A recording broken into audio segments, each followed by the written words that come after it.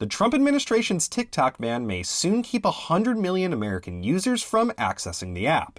Whatever form the ban takes, experts tell Newsy it could have a long-term effect on U.S. global tech relations. We have been proponents of an open, interoperable, secure cyberspace. We've had something of a consensus, really since the 90s on the way that internet governance works. But with these orders, now the US government itself is kind of actively undermining that premise. And now the U.S. is sort of making the argument, well, we don't want, your technology coming into our borders, into our country, which is the exact opposite they made, argument they made 30, 40 years ago. On a business level, the ban could push other countries to be more selective about which American tech companies can operate within their borders. China historically has used national security as an excuse, right, to govern all kinds of behaviors. The fact that the U.S. government starts doing this absolutely could give precedent to other countries that want to restrict and certain, large social networks like Facebook.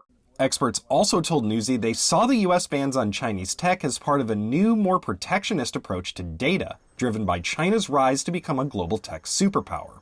All major powers are aware of the benefits of controlling the information and shaping the narrative, and this goes back forever, right? Certainly back to the Cold War, if that's a good starting point for all this, right? And nowadays this has moved into the internet because we're in the internet and web era, and some countries are very much about sort of open borders when it comes to information. If that fighting about where tech companies like Google or ByteDance can operate continues, other countries may be forced to choose between working with the U.S. or with China.